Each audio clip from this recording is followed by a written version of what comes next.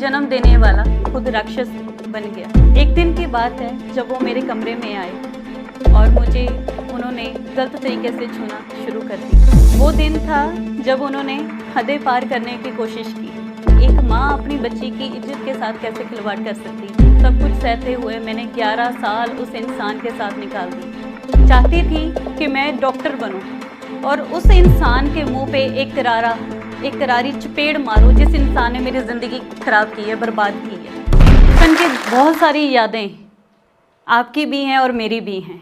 आपकी यादों में आप पापा के साथ स्कूटर में जाते थे, उनकी उंगली पकड़ के चलते थे, उनकी पीठ पर बैठ के घोड़ा बनकर उनको घोड़ा बनाकर उनके साथ खेलते थे। लेकिन मेरी ऐसी यादें नहीं हैं और मेरी वो यादें हैं जिनको मैं कभी याद भी नहीं करना चाहती, क्योंकि जब भी वो मेरे कमरे में आते थे तो हमेशा मेरे अंदर एक डर लगा रहता था और मुझे लगता था कहीं से मेरी माँ मेरे पास आ जाए और मुझे यहाँ से ले जाए या मैं किसी को कुछ बता सकूं। नमस्कार, मेरा नाम अनामिका संधू रुपिंदर कौर। मैं एक मोटिवेशन स्पीकर भी हूँ, एक सोशल वर्कर हूँ, एक डांस टीचर हूँ और काउंसलर भी हूँ। मेरी कहानी की शुरुआत होती है पटियाला से। पंजाब का बड़ा मशहूर एक शहर है। हमारा एक बड़ा हंसता खेलता परिवार था। मेरे परिवार में मेरे मम्मी पापा और मेरी 2 छोटी बहनें, यानी कि हम 3 बहनें। एक अच्छा परिवार जिसे हम बोलते हैं रॉयल फैमिली। सब कुछ था हमारे पास, लेकिन फिर भी मन में एक डर था। वो डर था मेरे पापा को लेकर, क्योंकि मेरे साथ कुछ ऐसी चीज़ें हुई हैं जो मैं आपको आज बताने वाली हूँ। एक दिन की बात है जब वो मेरे कमरे में आए और मुझे उन्होंने गलत तरीके से छूना शुरू कर दिया।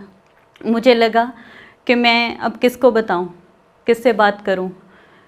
उनका इस तरह से छूना कुछ हदों से पार चला गया। कुछ दिनों बाद ये सारी चीज़ें ऐसे ही चलती जा रही थी।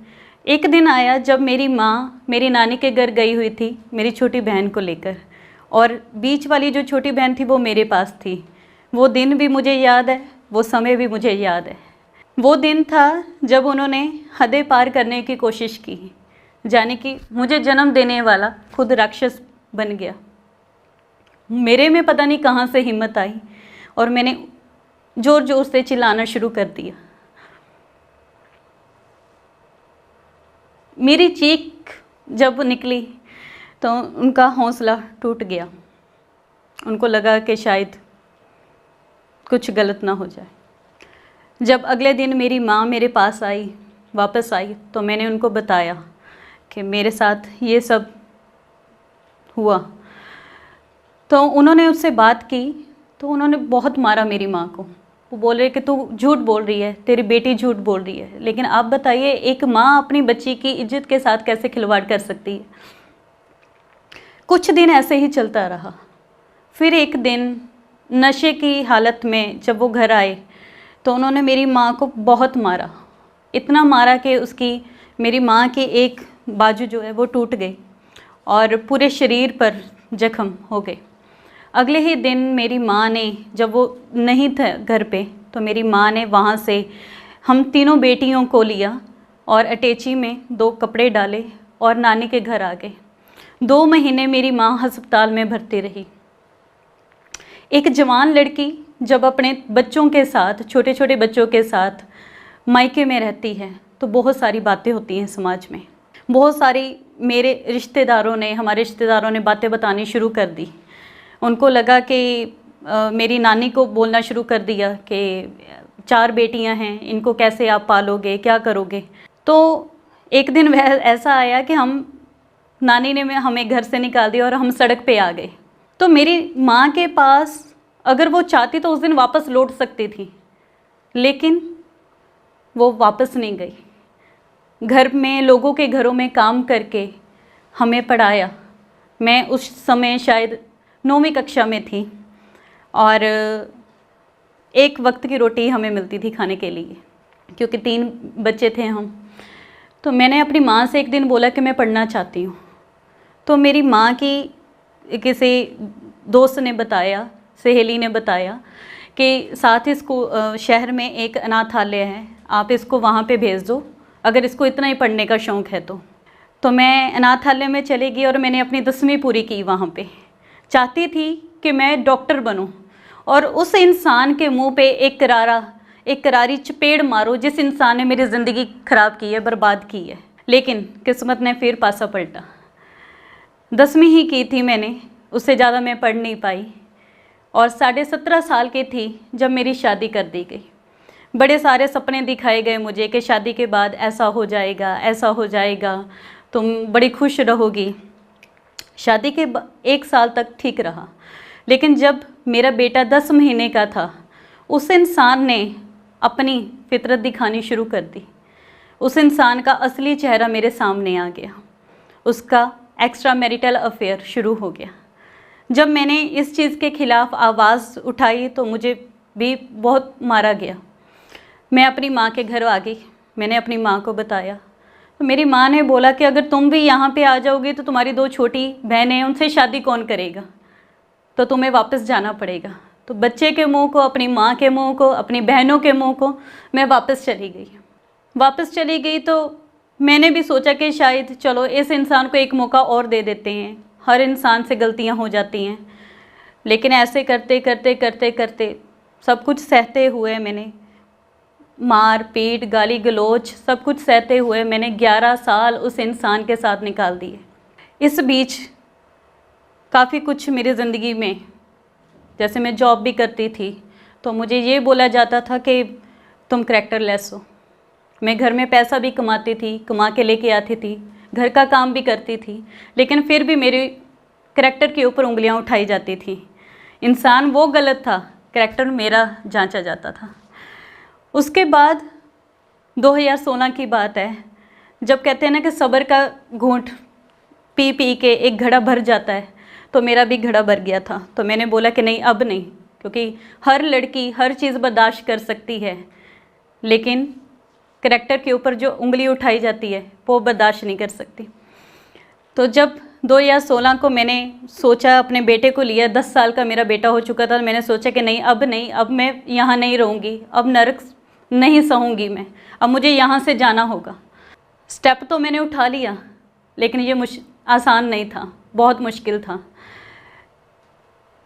जब मैं नौकरी मांगने के लिए जाती थी तो लोगों की गंदी नज़रें मेरे ऊपर, क्योंकि उनको पता चल रहा है ये सिंगल है तो इसकी मजबूरी है नौकरी करना। मुझे आज भी याद है, उस समय मैंने अपने बच्चे को 1 हफ्ता अचार के साथ रोटी खिलाई थी।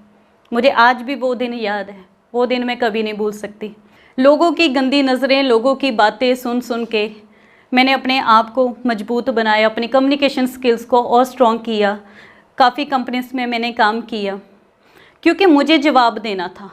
मुझे उन लोगों को जवाब देना था जिन्होंने मेरी फीलिंग्स के साथ मेरे साथ खिलवाड़ किया, मेरी ज़िंदगी के साथ खिलवाड़ किया।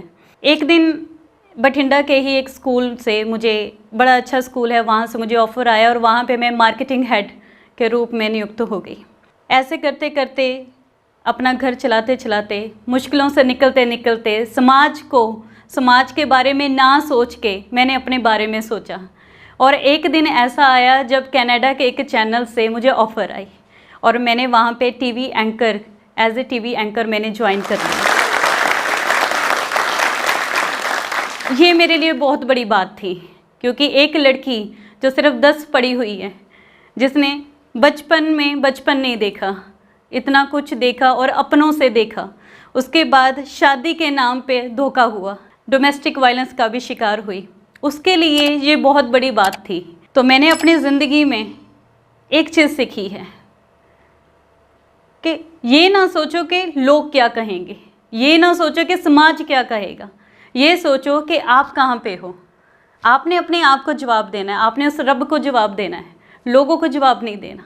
तो मैं आप सबसे एक चीज़ बोलना चाहती हूँ कि ज़िंदगी में कभी भी आपने घबराना नहीं है, डरना नहीं है और अपनी आवाज़ को दबाना नहीं है, क्योंकि जब आप अपनी आवाज़ को दबाओगे, आप पे जो जुल्म कर रहा है इंसान वो और ताकतवर होगा।